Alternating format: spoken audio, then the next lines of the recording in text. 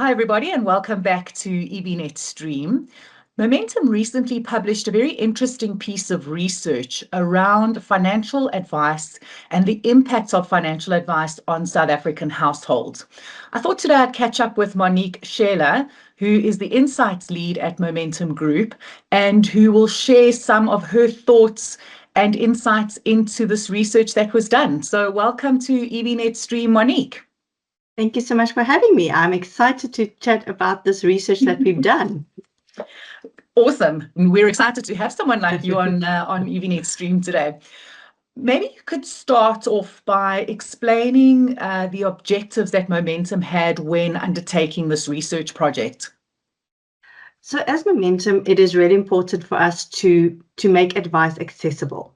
And it's a term that's thrown around quite often. And we really wanted to understand, what does advice mean to our consumers? When they hear advice, what does it mean? What is the barriers that they currently have? What are the triggers that they're experiencing? So it's immersing ourselves in our consumers' world so that when we come with solutions, that it really meets their needs. It is also a part of an ongoing study and partnership with the BMR, where we try to, from an academic perspective, really have an objective view on what the needs are and how we as a company can meet them. So it's really, from what I hear you saying, it's really about understanding the financial consumer mindset in South Africa with the aim of delivering more meaningful advice and products. Is that a fair summary? Yes, and if you look at our purpose, it is to build and protect people's financial dreams and goals. And a key part of that is advice, because it remains a dream until you take that first step, and advice is usually there to help you take that first step. So definitely, yes. So I'm glad you zoned in on that point. In terms of the research and the findings that were surfaced by this piece of work, who is providing the average South African household or family with their financial advice? Well, this was quite an interesting one, but we're calling it DIY advice. So 77% of South African households, and this is across the spectrum, are using their own skills, knowledge, and expertise to make financial decisions. They're not consulting a professional financial advisor, which is quite detrimental if we look at the impact and the value of advice when they are looking at professional financial advisors. I'm glad you talk about impact, because my next question was going to be exactly around that. So we're talking about individuals who feel that they are competent or capable enough to undertake their financial planning.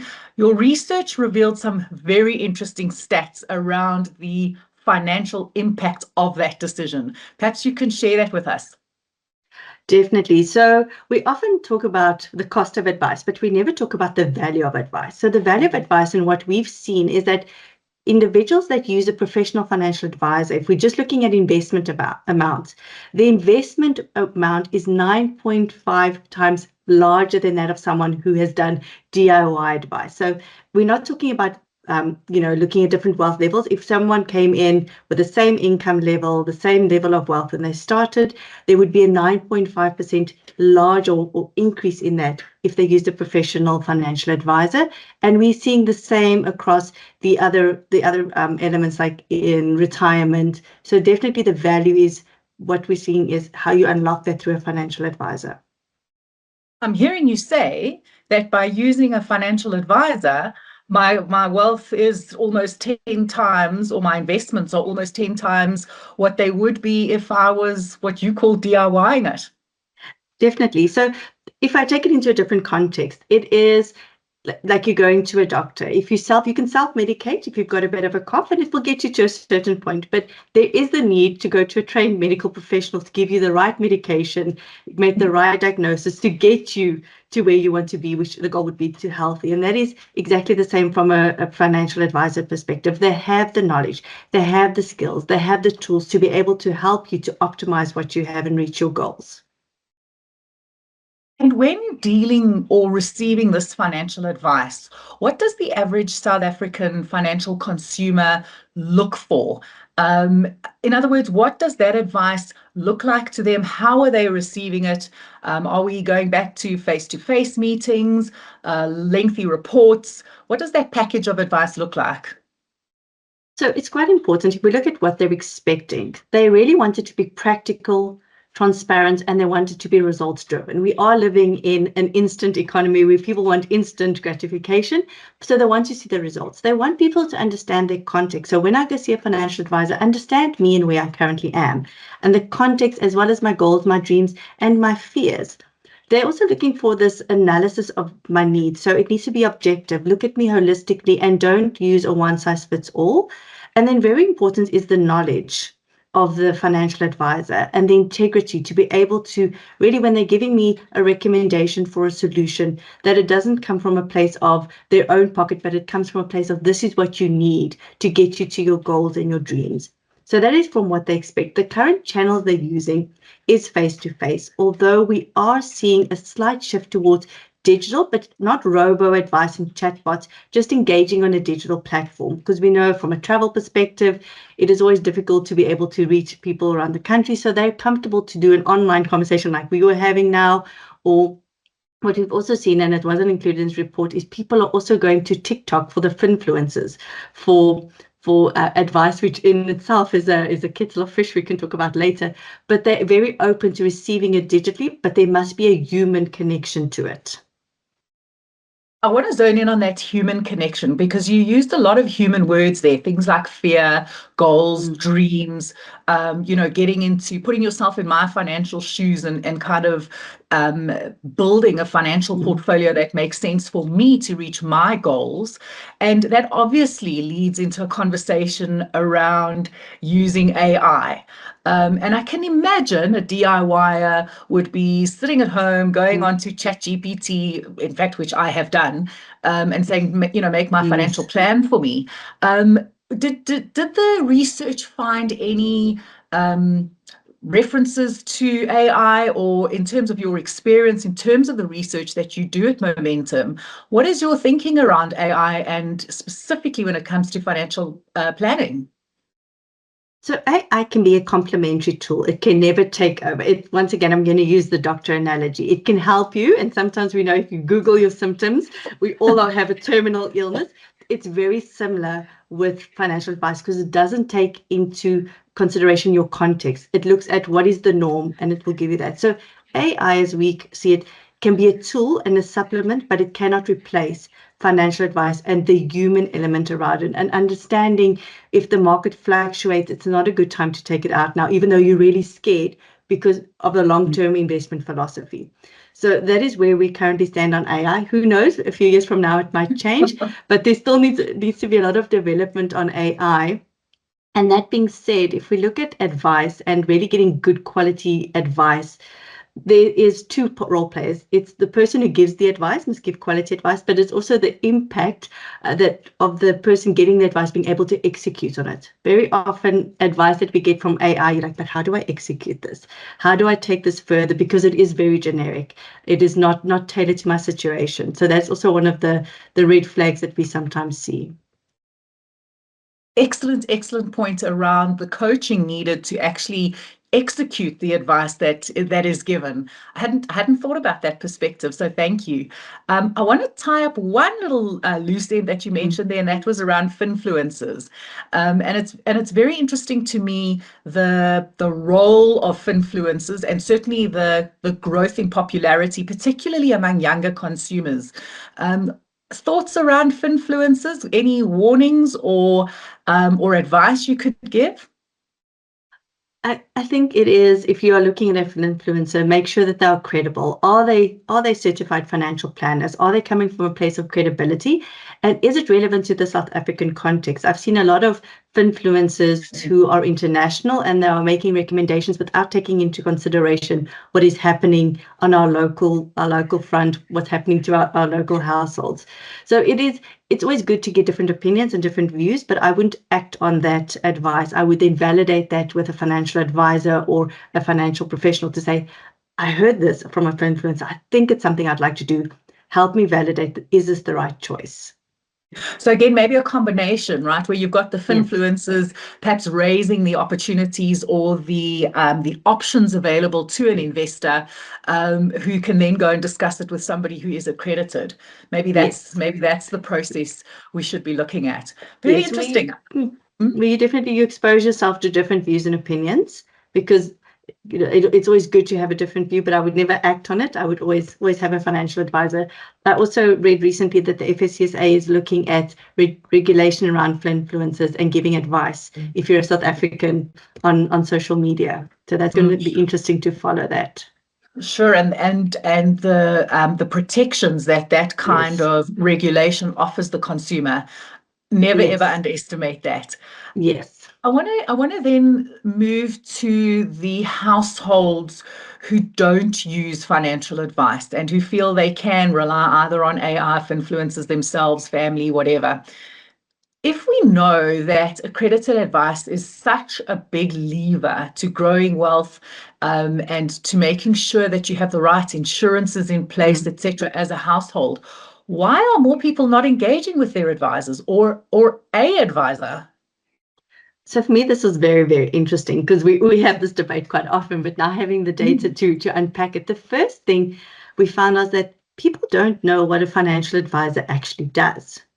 It is very, very pie in the sky going, but what does a financial advisor do? What could I go to a financial advisor for, and what can't I go to a financial advisor for if I'm looking at my financial status?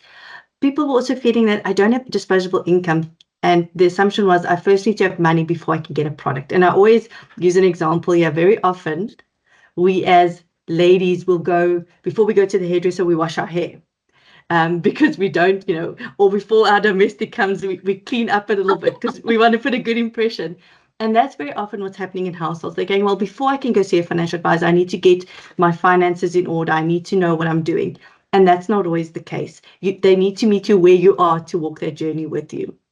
Affordability, there is this big discussion around, I cannot afford advice. But as we spoke about earlier, you might not just think about the cost of advice. We need to think about the value of advice. So yes, it might cost me X rand to get advice, but the value it's giving me is 20X.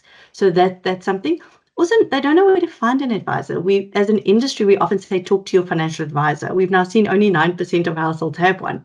So where would I find one? Where would I find one that fits my needs? Where would I find one that fits my current circumstances that I can relate with? There's a perception that it's for the rich. And we've also seen in our research that even the rich don't have that perception, because only 40% of households that earn more than 40,000 Rand per month have a financial advisor. So always thinking it's not for me, it's for someone else. And then lastly, we found that people saying, well, they don't really meet my need. I don't feel they can connect with me because I might not feel that I need a product. I actually just need advice on, I've got a bonus. Do I pay off my debt? Do I put it into a retirement annuity? And that is the kind of conversations they're feeling, oh, I don't always know if I can have that with my financial advisor.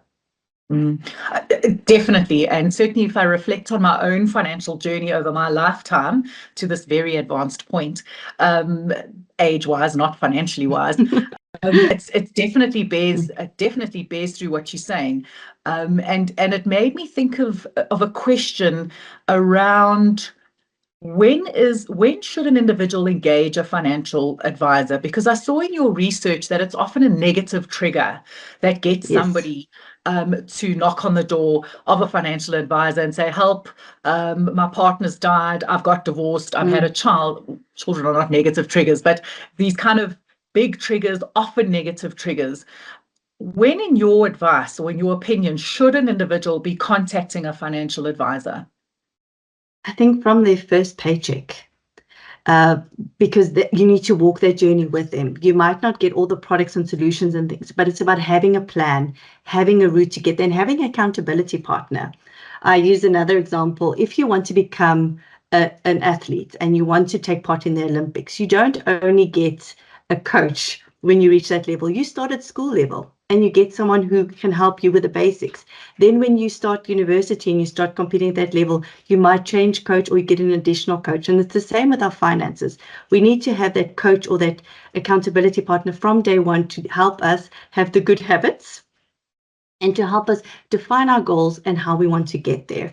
If we leave it too late, then people go, oh, there's too many other things. So start that from day one. That would be my advice.